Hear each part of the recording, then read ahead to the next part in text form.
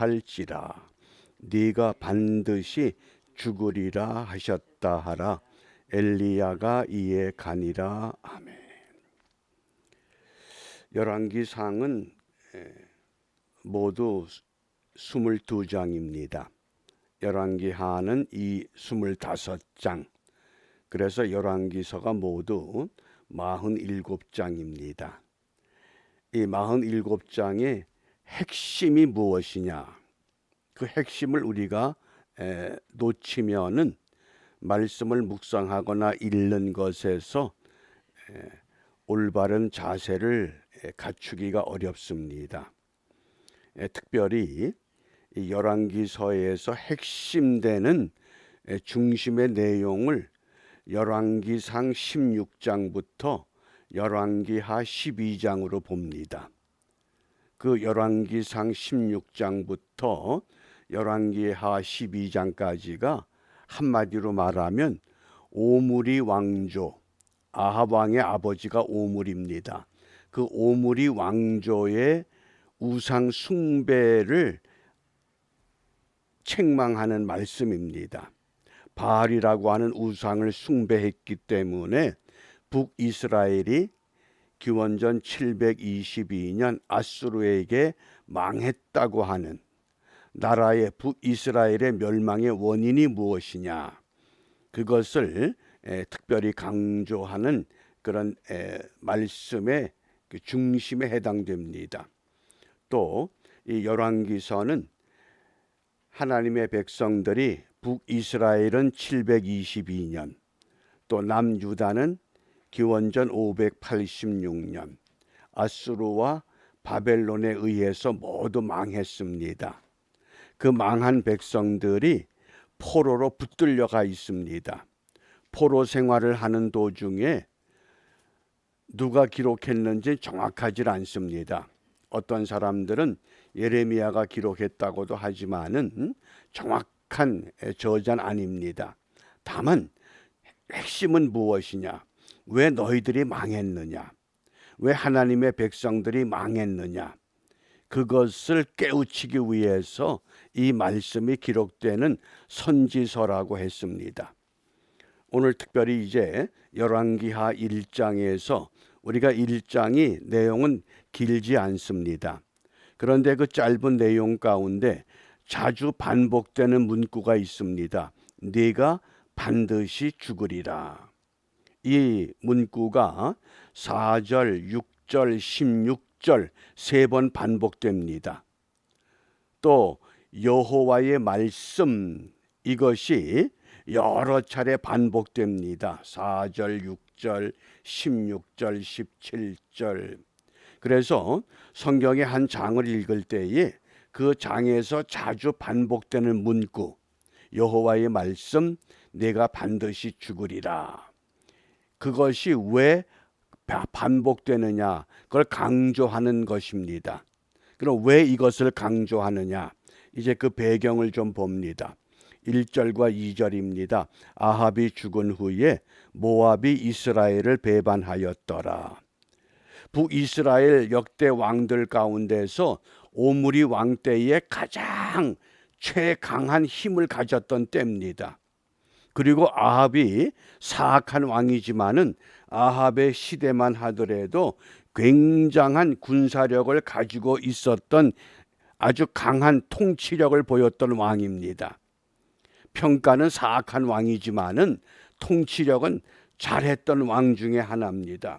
예를 들면 전차가 2000대, 그 다음에 군사가 10,000명, 항상 출동할 수 있는 준비가 됐던, 그런데 그런 아합이 죽은 후에 모압이 이스라엘을 배반하였다.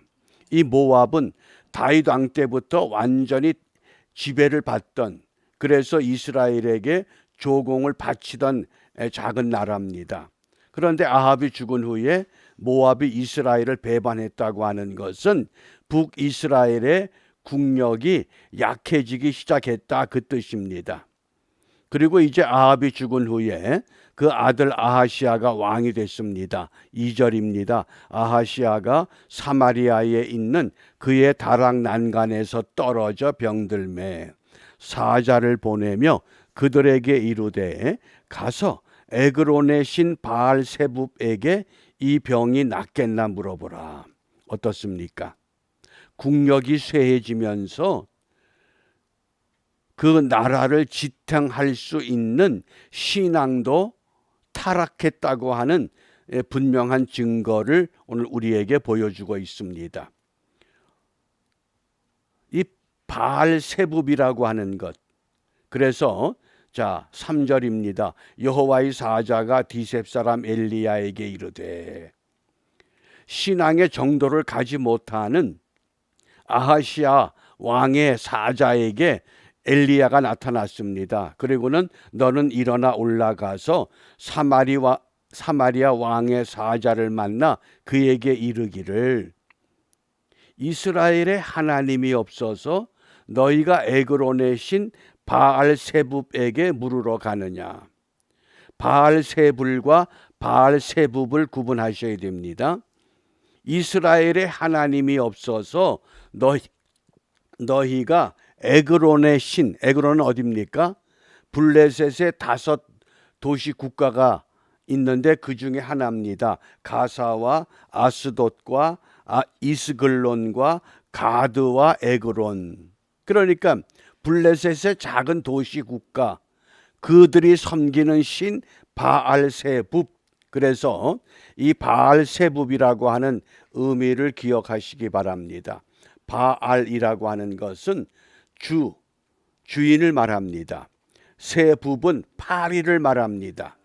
그러니까 바알세붑은 뭡니까? 파리의 주다. 그게 신입니다. 그런데 바알세불은 왕입니다. 바알의 왕이다.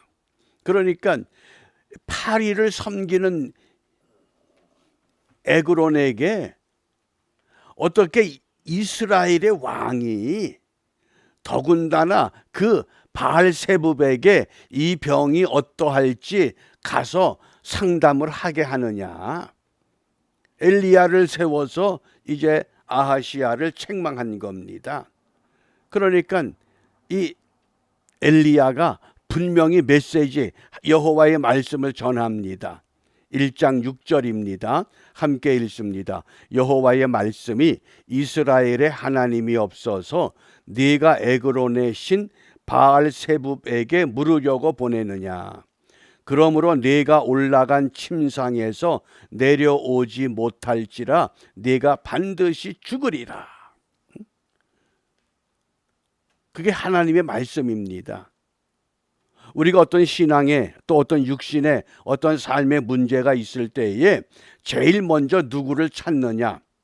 우리의 신앙도 오늘 한번 이 말씀에 비추어서 점검해야 합니다.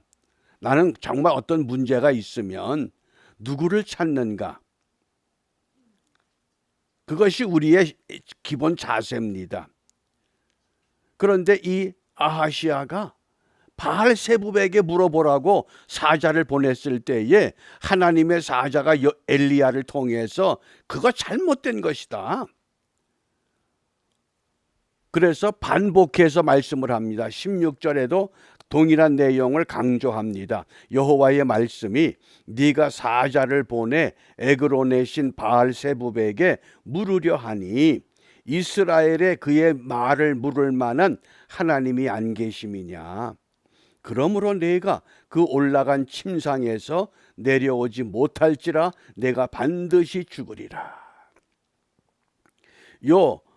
내가 반드시 죽으리라. 엘리야가 아하시야 왕을 만나서 직접 이 말씀을 전하는 과정 속에 아주 중요한 사건이 있었습니다. 아하시야가 50부장과 50명의 군사를 엘리야에게 보냅니다. 그리고는 왕이 너를 데려오라고 명령했다. 그리고 호통을 치니까 엘리야가 내가 만일 하나님의 사람이어든 하늘에서 불이 내려와 저들을 태워 죽이십시오. 첫 번째 보냈던 사신들이 모두 불에 다 죽습니다. 얼마나 끔찍합니까? 왕의 심부름으로 왔던 사람들입니다. 그런데 그들이 불에 타 죽고 두 번째 사신들도 똑같이 50부장과 50명의 군사들이 불에 타 죽습니다. 세 번째 또 보냅니다. 그런데 세 번째 보냈던 50부장은 엘리야 앞에서 무릎을 꿇습니다. 두 번씩이나 사신들이 다 불에 타 죽었습니다. 그러면서 엘리야에게 간청을 합니다. 우리를 불에 태워 죽이지 말아 주십시오. 우리는 왕의 심부름을 왔습니다. 그럴 때 여호와의 사자가 엘리야에게 아하시아에게 가라고 말씀을 해서 세 번째 사람들은 불에 타 죽질 않습니다. 그리고 엘리야가 아하시아를 만나서 분명히 이 메시지를 전한 겁니다. 여호와의 말씀이 네가 사자를 보내 에그론의 신 바알세붑에게 물으려 하니 이스라엘에 하나님이 안 계시더냐. 그러니까 너는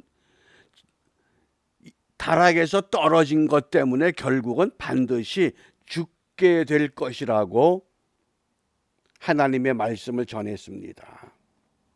우리가 오늘 이 짤막한 내용의 말씀 속에서 이스라엘이 망한 것은 우상 숭배 때문에 망했습니다. 그렇다고 하면 오늘 우리가 무엇을 기도해야 되느냐? 오늘 우리에게 우상이 없습니까?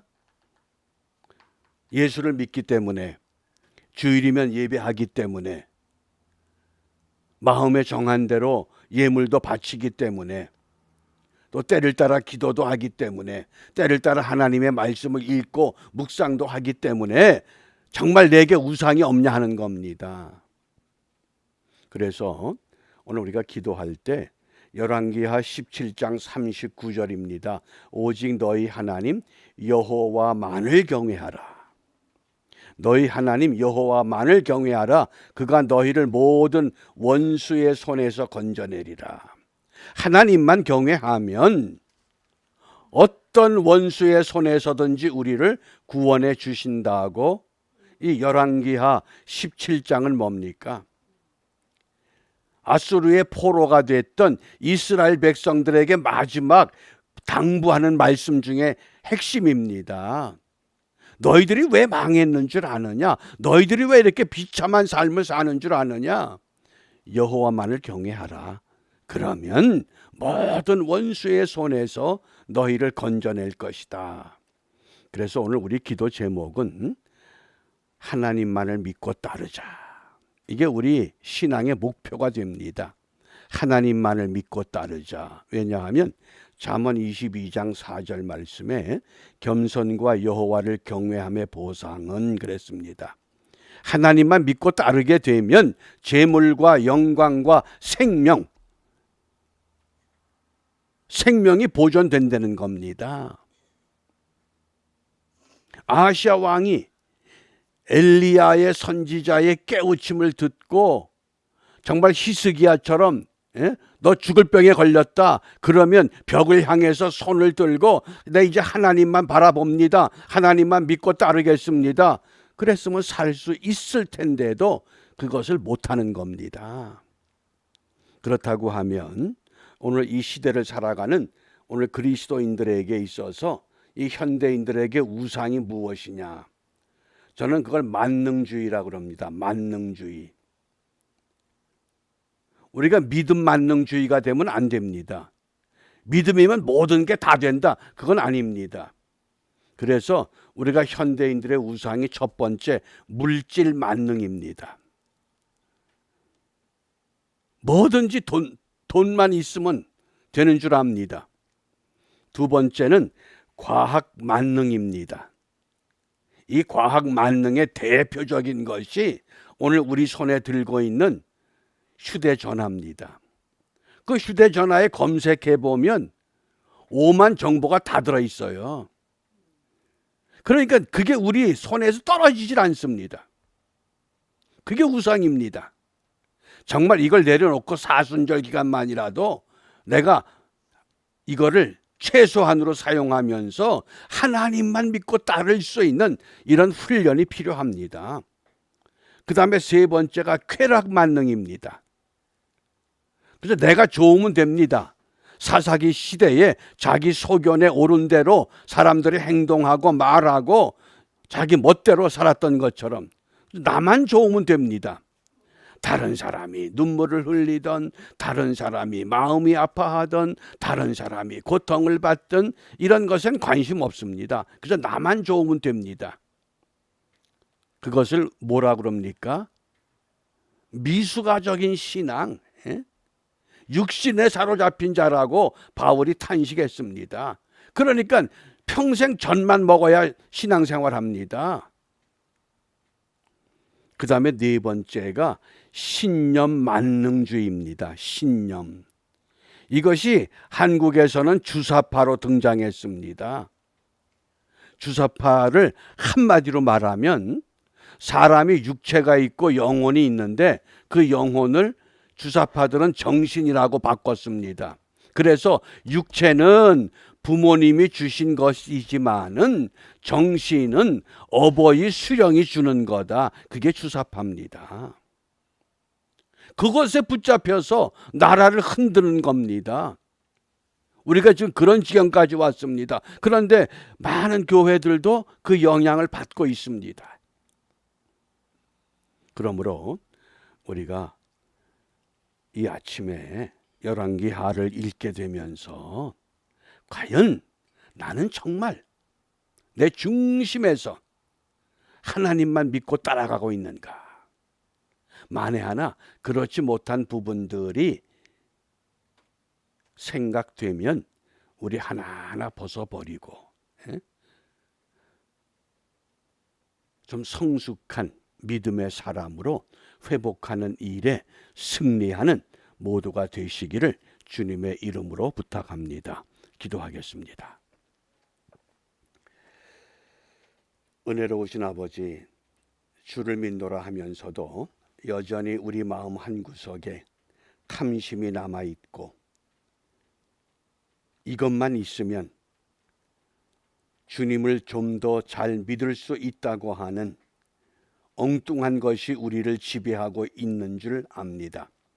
비옵기는 이 아침 시간에 우리의 잘못된 그릇된 모든 것들을 하나님의 말씀에 비추어 바르게 우리 정체를 파악하게 하시고 우리의 잘못된 것들 온전히 벗어버리고 내려놓고 주님만 믿고 따라가는 일에 승리하는 우리 모두가 되도록 인도하여 주시옵소서.